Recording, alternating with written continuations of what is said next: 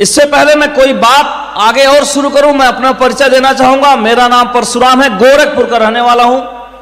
पेशे से मैं भी गवर्नमेंट एम्प्लॉय था, यूपी पुलिस का कांस्टेबल था 2006 बैच का। बिजनेस मुझे कैसे मिला? ये बिजनेस मिलता ही ऐसे ही है, कुछ करते हुए। जो कुछ न कुछ लोग कर रहे हैं उनको ही मिलता है। कोई पढ़ाई कर रहा है, कोई हाउसवाइफ है, कोई सरकारी नौकरी कर रहा है, कोई प्राइवेट जॉब कर रहा है, कोई बिजनेस कर रहा है, कोई बेरोजगार है। कोई आदमी सेठ साहब के इंतजार नहीं कर रहा है, हर आदमी अपनी यात्रा पूरी कर रहा है। उसी यात्रा को करते हुए कोई सेठ साहब लेके उनके पास पहुंच जाता है कि ये मेरे साथ है, इसको भी आप करें। तो मेरी नौकरी चल रही थी और उसी के साथ मुझे बिजनेस मिला, और इस बिजनेस को मुझे 1 दशक से ज्यादा हो गया करते हुए, और इस कानपुर में बहुत दिन से आ रहा हूं। और मैं कानपुर जो आया हूं, रात में पहुंचा हूं, मैं वेस्ट बंगाल से कार ड्राइव करते हुए मैं यहां तक आया हूं।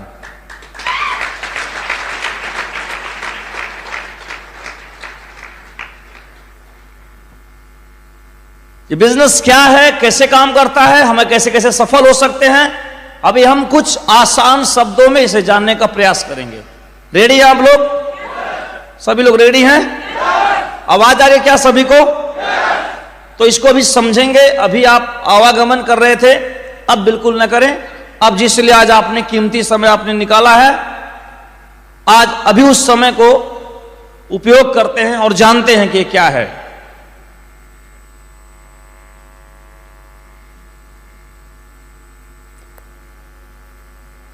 मैं अपना परिचय बता रहा था। हम 4 भाई हैं, 4 बहन हैं, गोरखपुर से हैं हम।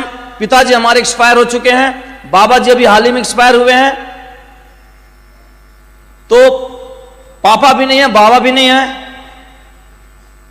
4 भाइयों में सबसे बड़ा मैं हूं और 4 बहनों में भी सबसे बड़ा मैं हूं। मेरी मम्मी है, और गांव के हम सबसे गरीब परिवार से बिलोंग करते हैं, मजदूर गरीब परिवार से। एक तो किसान होता है और एक मजदूर किसान होता है, दोनों में बहुत फर्क होता है। ऐसे परिवार में जहां पे न खेती है, न शिक्षा है, न संसाधन है, न सपने, न कोई मार्गदर्शक है, ऐसे परिवार में उनका सपना था कि हमारा लड़का पढ़ाई लिखाई करके गवर्नमेंट एम्प्लॉय बने तो घर की गरीबी दूर हो। और मैं उनके सपनों पे खरा उतरा। 2006 में मैं एक जॉब, सरकारी नौकरी मैंने लिया। लेकिन मेरी जो नौकरी रही, आप सभी जानते हैं, 22,000 सिपाही बर्खास्त हो गए थे एक बार, जानते हैं आप लोग? तो मैं उसका शिकार हो गया। सिर्फ मैं नहीं हुआ, पूरे सिपाही उसके शिकार हुए। तो बहुत सारे सिपाही को इंतजार करते रहे, घर से जो मजबूत रहे कि हम कोर्ट से जीत के दोबारा आएंगे। मेरे पास तो बिल्कुल मौका नहीं था कि कोर्ट का इंतजार करें। तो हम अपने पारिवारिक बैकग्राउंड मैंने आपको बता दिया, हमारे पिताजी एक्सपायर हो चुके थे। तो पूरे घर का जो लोड मेरे ऊपर था, बच्चों का शिक्षा, खान पान और खेती वगैरह बिल्कुल नहीं। तो जो हम कमाते 5,000, 6,000, 3,000, उसी से राशन आता, उसी से पढ़ाई होती, उसी से बीमारी का पैसा जाता, उसी से सब कुछ जाता। तो मैं सरकारी नौकरी का इंतजार ही नहीं किया कि कब बहाल होगा हाई कोर्ट, सुप्रीम कोर्ट से। प्राइवेट जॉब करने में चला गया, बर्खास्त सिपाही बनारस। वहां हमने काम किया, काम अच्छा नहीं मिला, तो वहां से हम मिर्जापुर चले गए। वहां हमने काम ढूंढा, वहां भी काम अच्छा नहीं लगा, तो हम सीधे चले गए दिल्ली 6-7 महीना हमने काम किया। कुछ एक काम मिला प्राइवेट, 5-6 हजार रुपए में कमाता था।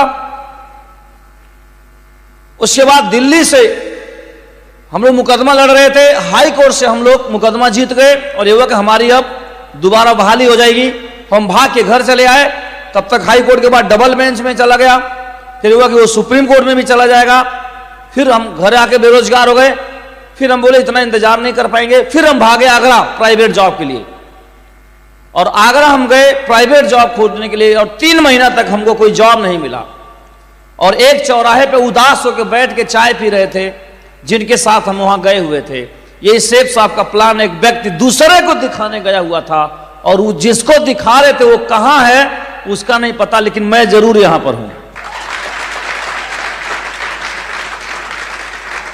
ऐसे इस बिजनेस में संयोगिक रूप से मेरे बिजनेस में इसमें आगमन हुआ है, और सब इसमें संयोग से आते हैं, इत्तेफाक से आते हैं लोग। जानबूझ के यहां कोई नहीं आता है, ड्रीम किसी का नहीं होता है, प्लानिंग कोई नहीं होता है, ये कभी कोई भी कहीं से इसमें टपक पड़ता है और इसीलिए कभी भी वो छोड़ भी देता है। हेलो,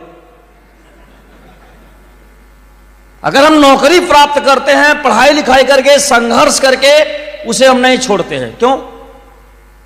छोड़ ही नहीं पाएगा उन्हें, वो नहीं छोड़ सकता। अगर हम कोई बिजनेस चला रहे हैं छोटा अथवा बड़ा और वो चल रहा है बहुत दिन से, उसे हम नहीं बंद कर पाएंगे। इसे हम कभी भी बंद कर देते हैं। क्यों? क्योंकि कभी भी मिला था। तो जैसे कबीर साहब के पास एक औरत गई, उसका हस्बैंड जो है मतलब ब्रेकअप हो गया उसका, तो रो रही थी बड़ा टेंशन में, दर्द में कि हमको उसने धोखा दे दिया, ये हो गया वो हो गया। तो कबीर साहब बोले तुम्हें संयोग से मिला था, लेके पैदा हुई थी? तो उसने बोला कि नहीं साहब ऐसा संयोग से मिला था। बोला संयोग से मिला था और संयोग से छूट भी गया, तो दिक्कत क्या है? दिक्कत क्या है? यहां लोग मिलते हैं और लोग छूट जाते हैं। ऐसे नहीं छूटता, किसी मर के छूटता। बधाई वो जिंदा छूट गया। तो ऐसे ही यहां पे बिजनेस में भी लोग आते हैं, जुड़ते हैं, फिर छोड़ भी देते हैं। और छोड़ और क्यों देते? किसी को लागत कुछ है नहीं इसमें। इस बिजनेस में लागत क्या? कुछ नहीं है। प्रोटीन पाउडर लेके पी गए तो कौन सा लागत है? विटामिन सी लेके खा गए तो कौन सा लागत है? काजू बादाम लेके खा गए तो कौन सा लागत है? डायबिटीज पेशेंट है, डायबा केयर यहां से पी रहे तो कौन सा लागत है? कितना लाख आपने लगाया यहां पे? जो लगाया आपने उसका सर्विस ले रहे हैं आप, उसका फायदा ले रहे हैं। भगवत गीता लिया तो आप उससे पढ़ेंगे, धर्म कर्म में लगेंगे, खोपड़ी ठीक होगा। तो लगता क्या है यहां पे? कुछ नहीं। तो और छोड़ना आसान है। तो मैं ऐसे ही इसमें आया था, लेकिन मैंने नहीं छोड़ा। क्यों नहीं छोड़ा? क्योंकि मेरे पास कुछ था ही नहीं छोड़ने के लिए। छोड़ूंगा क्या? किसी भिखारी आदमी को ज्ञान दे धर्म का कि सब दान कर दो, भगवान बुद्ध के बारे में निकल पड़। तो भगवान बुद्ध तो राजा थे, वो न छोड़ के निकलेंगे, खुद नंगा का छोड़ेगा। तो कई लोग इस बिजनेस में जुड़ते हैं और कहते हैं हम बिजनेस छोड़ देंगे। मैंने बोला तुम्हारे पास है ही क्या तुम छोड़ दोगे? कितना टीमें बनाए हो, तुम्हारा तो सब छूटा छुटाया है। अरे डायमंड बन के छोड़ो, क्राउन बन के छोड़ो, तब लगे कुछ ताकत। हाँ, छोड़ने के लिए कुछ है और तब छोड़ोगे तब बढ़िया, एक शान की बात होगी। तेरे पास है ही क्या तुम छोड़ोगे? तो मेरे पास कुछ था ही नहीं, लगा रहा। लेकिन वही है कि जब बिजनेस चला तो फिर नौकरी भी आ गया सुप्रीम कोर्ट से, तो नौकरी भी ज्वाइन के लिए गोंडा में। अब हम नौकरी में चले गए तो नौकरी भी कर रहे हैं और बिजनेस भी कर रहे हैं। और नौकरी करते हमारे बगल में चरपाई लगा सोए थे, ब्रिजभूषण आता जमकर, ये क्या कर रहे हो यहाँ पे? तो हमारे विभाग में लोग दरोगा और इंस्पेक्टर की तैयारी करते, तो मेरा भी लक्ष्य था मैं सब इंस्पेक्टर बनूंगा। तो फिर सेफ साहब में आ गया तो फिर ये लगा पढ़ने, वो दरोगा भूल गया मैं, क्योंकि डी से दरोगा, डी से डायमंड। तो हमने कहा मैं तो यही बनूंगा। तो सभी सिपाही आईपीसी सीआरपीसी पढ़ते थे, दंड संहिता, दुनिया भर का धारा कानून, एग्जाम पास के लिए विभागीय एग्जाम होता है। और हम क्या पढ़ रहे हैं? बड़ी सोच का बड़ा जादू, जीत आपकी। तो जो दूर के सिपाही होते थे वो सोचते थे कि लड़का बड़ा स्टडी करता है, यह भी कोई तैयारी कर रहा है, सिविल की तैयारी कर रहा है या दरोगा की तैयारी कर रहा है। तो कोई लोग खास से नजदीक आते, जब किताब की हेडिंग पढ़ते बड़ी सोच का बड़ा जादू, तो कहते तुम पढ़ते तो बहुत हो लेकिन पढ़ते क्या ये नहीं समझ में। ये किस चीज की तैयारी है? ये किस चीज की तैयारी है? हमने कहा ये डायमंड बनने की तैयारी है।